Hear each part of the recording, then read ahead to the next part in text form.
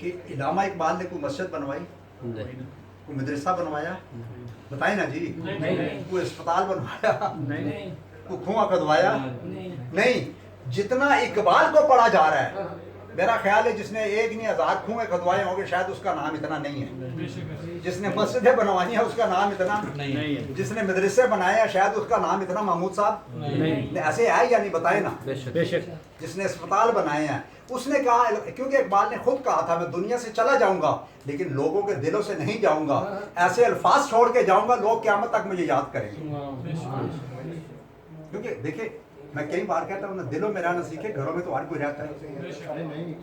دلوں میں رہنا سیکھے, گھروں میں تو ہر کوئی رہتا ہے. اور زندہ وہی رہتے ہیں جو دلوں میں زندہ رہتے ہیں. اور دلوں میں زندہ رہنے کے لیے دوستان محترم مال و دولت کی ضرورت نہیں ہے. مال و دولت کی ضرورت نہیں ہے. اچھے اخلاق کی, اچھے کردار کی, اچھی گفتار کی ضرورت ہے. اچھے اخلاق, کردار اور اچھی گفتار کی ضرورت ہے. اقبال سے کسی نے پوچھا نا کہ ملا اور صوفی میں کیا فرق ہے, ملا مسلمان اور مومن میں کیا فرق ہے؟ تو اقبال نے کہا مسلمان وہ ہے جو اللہ کو مانتا ہے, مومن وہ ہے جس کی اللہ مانتا ہے. جس کی اللہ مانتا ہے. اقبال سے کسی نے کہا نا کہ قبر میں کیڑے پاڑے جاتے ہیں, قبر میں پڑ جاتے ہیں. تو اقبال نے کہا خراب چیز کو کیڑے پڑتے ہیں, صاف چیز کو نہیں پڑتے. سمجھیے نا, کس کو پڑھتے ہیں؟ صاف چیز کو نہیں پڑھتے. ایک بزرگ تھے نا اللہ والے, ان کا مرید ان کے پاس کے جا کر کہنے لگا جی میرے لیے دعا کریں, میرے لیے دعا کریں کہ میری فصل زیادہ ہو, میری فصل زیادہ ہو. انہوں نے دعا کی, اس کی فصل زیادہ ہوگی, مطلب جو بھی چیز اس نے لگائی تھی, تربوز مالٹے جو بھی, وہ زیادہ ہوئے. تو وہ مرید بھی اصلی طرح ہماری طرح کا نہیں تھا, ہماری طرح کا. اس نے کیا کیا, اس نے جب وہ فصل زیادہ ہوئی تو اس نے کہا یہ ساری میں اپنے پیر و مرشد کو بھیج دیتا ہوں, کیونکہ ان کی دعا سے ڈبل ہوئی ہے. انہوں نے وہ جو بھی تربوز جو بھی چیز تھی, مثال کے طور پہ وہ کھوتے والے نہیں ہوتے گدھے والے, ان کو بلایا, کھوتے والوں کو, مطلب 200-400 کھوتے والے ہیں, بھائی یہ سارا تربوز لا دو اور دوسرے گاؤں میں میرے پیر و مرشد کو لے کے آؤ, کیونکہ ان کے مدرسے بھی ہیں, ان کے پاس بچے بھی پڑھتے ہیں, ٹھیک ہے نا, ان کو دے کے آؤ. تو وہ جب گدھوں پہ لاد کے گئے تو راستے میں جب پہنچے تو مطلب جنگل تھا, وہاں جنگل تھا, مطلب آبادی نہیں تھی کوئی. انہوں نے سوچا کیونکہ ہر انسان کے اندر ایک لالچ ہے, کسی کے اندر دنیا کی, کسی کے اندر آخرت کی ہے. لالچ دونوں کے اندر ہے. وہ کہتے ہیں نا دولت دنیا کی ہو یا دین کی, جتنی بڑھتی جاتی ہے نیند اتنی کم ہوتی جاتی ہے. دنیا کی ہو یا دین کی, جتنی بڑھتی جاتی ہے, بڑی قیمتی بات ہے, نیند اتنی کم ہوتی جاتی ہے. بات سمجھے نا, اس کی ہو یا اس کی ہو. تو انہوں نے کہا چلو ایسے کرتے ہیں, تھوڑے تربوز اتار کے نا گدھوں سے 10-12-15 تو وہ زمین میں دبا دیتے ہیں, ٹھیک ہے نا, تو باقی ادھر ادھر کر کے برابر کر کے دے آئیں گے, واپسی پہ وہ پیسے تو ملے ہی ملیں گے. تو یہ جو 15-20 گدھوں سے ہم نے اتار کے چھپائے ہیں ادھر زمین میں, یہ بھی بیچیں گے, 4 پیسے ان کے بھی مل جائیں گے. ایک لالچ ہوتی ہے. انہوں نے کیا کیا, دبو دیے اور باقی لے کے پیر صاحب کے پاس چلے گئے. پیر صاحب اتار کے جب وہ بیٹھے رہے پیر صاحب کے پاس, تو پیر صاحب اہل نظر تھے نا جی, اہل نظر تھے, دیوار کے پیچھے دیکھنے والے تھے. بات سمجھ گیا نا.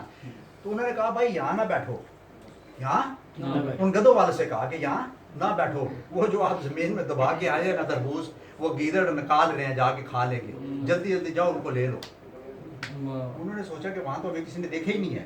وہ بھاگے, چور تو تھے ہی نا جی, چور کی داڑھی میں ہاں, اس کو ان کو پتا نا, چوری تو کر کے چھپا کے آئے ہیں. وہ جب بھاگے دیکھا تو گیدڑ نکال رہے تھے. انہوں نے ان کو شیک شاک کے تربوز نکال کے گدھوں پہ لاد کے پھر پیر صاحب کے پاس لے, کیونکہ وہ سمجھ گئے پیر صاحب نے جو کہا نکال رہے ہیں. تو جا کے کہنے لگے پیر صاحب یہ بتائیں آپ کو, ہمیں تو وہاں کسی نے دیکھا نہیں ہے, آپ کو کسی نے بتایا کہ ہم نے وہاں تربوز زمین میں چھپائے ہیں؟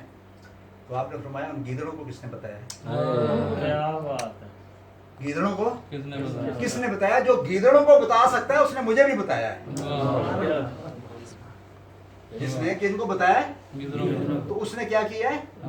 بابا فرید کے پاس ایک عورت گئی, میں جا کے کہنے لگی بابا جی میری بیٹیاں ہیں تو آپ میری کو مدد کریں, ان کی شادی کرنی ہے.